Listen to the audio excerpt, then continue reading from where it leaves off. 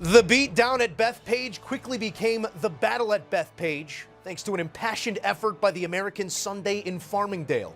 The U.S. entered the day trailing 11-5, 11.5 to 4.5, excuse me, but a Viktor Hovland injury left him unable to compete. By rule, that point split. That meaning 12-5 entering the action, the Americans needing almost everything, and everything's almost what they got. A 6-1-4 singles session, leaving the U.S. just shy of the greatest comeback in Ryder Cup history. Europe, now winners in 9 of the last 12 Ryder Cups, and the first road victor since 2012. An epic day Sunday at Bethpage. In for reaction on site, we say hello to CBS golf analysts Patrick McDonald and Jason Sobel. Gentlemen, the tent post of this event is emotion. So before we get into the details, Patrick, I'm interested in how you observed the emotion here of Sunday. Oh, gosh. I think the real scene that sticks out to me before that final putt by Shane Lowry, Moose, was we were on the 17th tee box down below. I know you know it well. And Cameron Young made the putt up above the hill on 18. It felt like the first time all week, Jason, something finally went right for America. And you think, okay, it's Sunday at the Ryder Cup. Things can get a little bit weird for 15, 30, maybe an hour max, especially with the hole the U.S. side dug themselves. But then Justin Thomas got going. And then the nerves kind of reversed course, and they settled on the European side. A lot of guys were looking at the leaderboards, the big boards this afternoon, really cheering them on. Viktor Hovland was out on the course, Joe, like you mentioned, unable to play due to that neck injury. And just seeing the nervousness shift back and forth and then ultimately settle on both teams as this thing somehow came down to the wire is what really stuck with me. Well, Patrick, first things first, I pulled the envelope. Your name was in here. We're going to let you continue to It was a hell of a run. It was a hell of a run.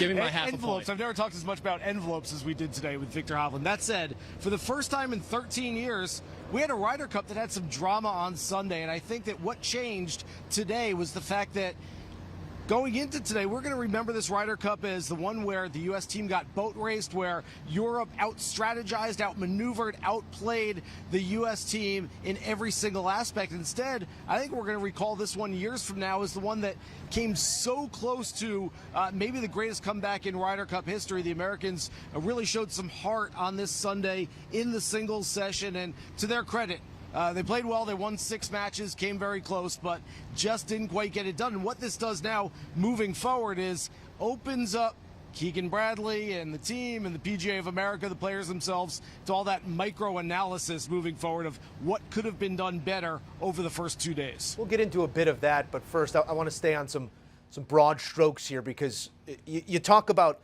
the history that was made here on Sunday, or the way that this will be remembered historically. It changed with the way that Sunday played out. Again, 15-13 is our final following a 6-1-4 single session, Jason. So we don't, in the American ideal, lend to ties or moral victories all that often, but how does Sunday change the way that we do situate this historically?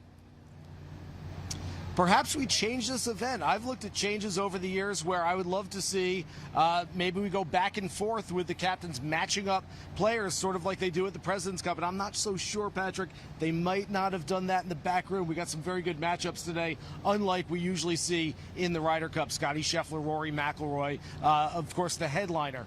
Maybe we see some changes, though, to the envelope, where if a player does withdraw going into the final day, that they don't get a half point for their team. Maybe we see, if it's 14-14, that like other sports, you go to overtime, you figure it out, let's go to penalty kicks, whatever it takes. President's Cup also, we've seen that in the past, where you go, each has a player that they pick, and they go out and play a playoff, so to speak, to try to determine a champion, as opposed to going 14-14 and a team retains the cup. Again, I think everything is on the board moving forward. Some of these might be antiquated notions going back nearly 100 years here at the Ryder Cup. But Patrick, I think that moving forward, at least the U.S. has some momentum, so to speak, that they don't go to Ireland 2 years from now saying, man, we just got bloodied and bruised. Yeah, I will be interested to see how many of these Americans are on that team in 2 years' time. We do have 2 years to talk about that, not that we will right now, but I think when we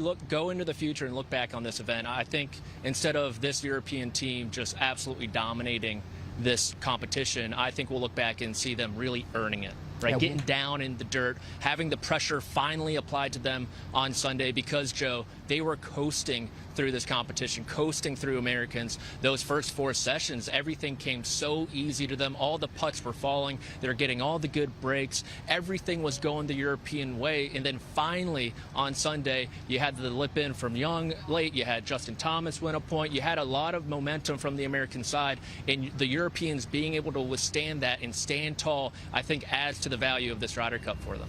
Sunday maybe taking a bit of the vitriol out of the way that this performance will be met for Captain Bradley and for the American Ryder Cup team. But Patrick, we've alluded to the man in the envelope twice. That was Harris English, who doesn't get to play Sunday singles because Victor Hovland is out with the neck injury. They split that point, and we were very close, a couple putts the difference between a lot of vitriol in the rules and the way that they're adjudicated here at the Ryder Cup. Did you see Victor's absence impact play at all on Sunday, or the way that maybe we would have met the result? Well, I think some of the U.S. players were definitely disappointed that they had to give up half a point. I will say here on the ground, some of the Americans were a little bit confused, where they were just happy early in the afternoon to get half a point, considering they only had 4.5 to begin the day, the fans that is. But from the European side, it really made it much easier, much more attainable coming into this Sunday singles session, only needing to get those 2 points to retain the cup and ultimately getting 3. I think it might have taken a little bit of wind out of the sails initially for the Americans, but they definitely got back up for it and just put their best foot forward. It will be interesting to see if that's changed in the future. I can't imagine it will be, Jason, just because the result is 15-13. I think that was big. Like Joe mentioned, we're not going to have any of that discourse, I hope, in the coming weeks, but we'll see about that. We'll see about that indeed. And this goes back to the roots of this competition, which started in 1927, nearly 100 years ago. And this was always a goodwill competition. This was, hey, let's get together with our friends on the other side of the pond and play a little match and see what happens. And for years, it was that way. And it was the U.S. against Great Britain and Ireland, and they changed the rule back in the late 70s to include all of continental Europe. And what we've seen now is that this is a big-time event. This isn't just, hey, let's see who plays better, and we all shake hands at the end and have a beer together in the team room. This is a big-time competition where fans and supporters on both sides of the pond both want to win. And so look, if we've changed rules in the past, maybe this rule gets changed as well moving forward. We'll see what the next captains have to say about it. We're not going to speculate on that yet, are we? Yeah, we can give it a week. Okay. We can all say from experience this week that goodwill is only a store down the street in Long Island. There wasn't much goodwill out there on course throughout this one. Let's dive into some of the ripple effects of this result, because my eyes immediately go to Luke Donald, who has now captained the last 2 European Ryder Cup teams, and it's really empires only, Rome and then New York. How does the last 4 years or so of preparation and performance, Jason, affect the way that we say the name Luke Donald? Look, I think continuity and stability was the #1 priority for Team Europe. Of course, Luke Donald, like you said, was the winning captain 2 years ago. And in that press conference right after they won in Rome, every single player on that team said, we want him back. And he decided to do it again, and he had 11 of those same 12 players back. And if you look back on it, it was always going to be an uphill climb for the Americans. Even though they were favored coming into this competition, there was so much experience on the side of the Europeans. And look, Luke Donald is maybe bound for knighthood at some point. He's never going to have to pay for a meal on the other side of the pond when he goes back home to England, even though he lives here in the States. And he's going to be remembered as one of the greatest captains ever. And yes, we will wait a week until we start speculating on who the next captains might be. But I wouldn't be surprised if when the Europeans sit down in that press conference once again, they say, Luke Donald did a terrific job once again. Why not keep him there in perpetuity until it's not working anymore? Sir Luke does have a nice little ring to it, I think. And I think with this result, Musso, Donald is pushed into the top European Ryder Cup players, captains ever, just overall top Europeans in this event. Think about his playing years also. He never lost a Ryder Cup. He was the world #1, the leader of that European team in 2012 when they came back in Medina. Then you go to his captaincy as well. The one time he has lost as a vice captain was 2021 in Whistling Straits. He avenges that one with this victory also. And so you just add that all together. And I know they asked him right after if he was interested in leading the charge there in Ireland. I think he's going to give it quite some time to think about it. But with this win, Donald does go down as possibly the greatest European captain ever in the Ryder Cup. Knighthood may have to wait, but an emperor already. Again, Rome and New York. Luke Donald leading the Europeans to another victory. Flip side of that coin is Keegan Bradley, and much of that speculation was already done on Saturday night after a lackluster performance through the first 4 sessions. Patrick, when you point to what went wrong for the United States, what do you think Keegan Bradley's greatest regret might be in the lead-up? I would say not putting Cameron Young and J.J. Spawn out there in the morning. We heard it in the lead-up how much Keegan Bradley wanted the rookies to almost earn it, right? He almost wanted to ease them into the competition, but in this event, you don't have the time for easing themselves into the competition. You have to be ready from the first tee shot, and I look at the way Cameron Young played this week. Obviously, it doesn't help that he played unbelievable, probably the best American on the team, and seeing that he could have been a real asset in that foursome session early. And when you juxtapose that with the Colin Morikawa and Harris English pairing, one sending them off once and then sending them out again because he wanted to stick to the game plan. I think those two decisions, Joe, are probably what Keegan Bradley might be thinking about when he looks back at this week.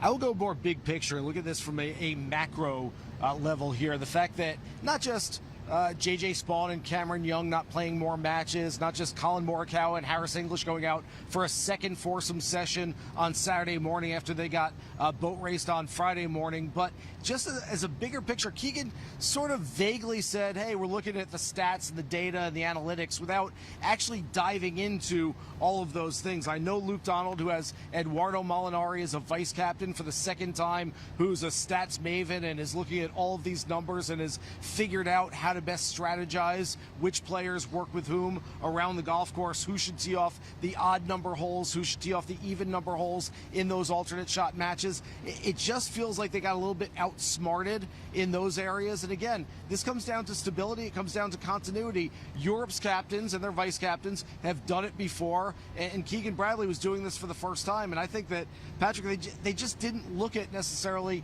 what the analytics said, because if they did, we would have seen some different pairings over the first 2 days. And I will say one thing, Joe. You look at Keegan Bradley at the introductory press conference. He wanted a whole new regime, and you saw a lot of new guys in that leadership room with Kisner, Woodland, Snedeker, Webb Simpson as well. Jim Furyk, only the only guy in there with some experience. And then you juxtapose that with what's on the European side, a lot of former captains too. And I think that could have added a little bit of value to the U.S. team.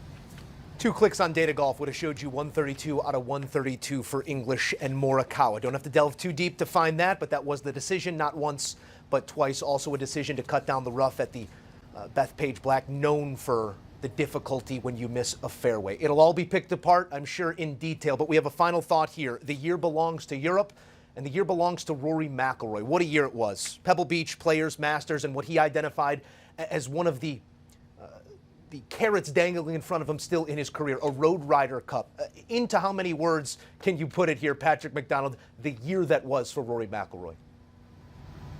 Oh, gosh, it really featured everything. In vintage Rory McIlroy roller coaster fashion, right, Musto? You go up to the top, you go down to the bottom with the drama at the PGA and the U.S. Open and some skirmishes with the media, and then he comes back up home at Royal Portrush 2, Northern Ireland, playing well at the Open Championship after missing the cut there in 2019, and then winning the Irish Open as well, and then calling his shot a la Babe Ruth and winning this Ryder Cup on U.S. soil. I think it confirms that he is the greatest European golfer of all time. Yes. I know with Faudo, with 6 major championships, there was maybe some contention there, but him being able to do this this day and age with how difficult it is, it really just adds to Rory's legend, and his ability to focus and stay in the moment and stay in the process, but while also experiencing everything around him, I think is what this year is all about for him.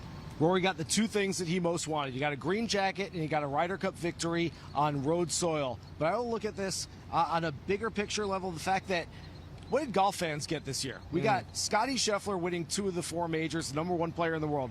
Rory McIlroy having an historic year and claiming the career Grand Slam. And we've got a Ryder Cup that through 2 days looked like it would be devoid of any drama. And finally, for the first time in more than a decade, we got a Ryder Cup that was fun on a Sunday, had some drama, had us on the edge of our seats. After all that the game of professional golf has been through in the last 3-4 years, with all the division, all the separation going on right now, the fact that we finally got a year that, like, this is a great year for golf, for the two best players in the world, and for all the fans who care so deeply about it. I think that we've got some momentum for the professional game, and hopefully it keeps going moving forward. You recounting it is making the hair stand up on the back of my neck. What a year it was, and I think it's safe to say that the golf, fellas, is good. Jason Sobel, Patrick McDonald, many thanks. And don't forget, for all your golf needs, be sure to download, subscribe, and enjoy The Early Wedge. Our team, led by Rick Gaiman, bringing you all the latest week in and week out. I'm sure some assessment in the offseason also in order. It's The Early Wedge, anywhere you get your podcasts.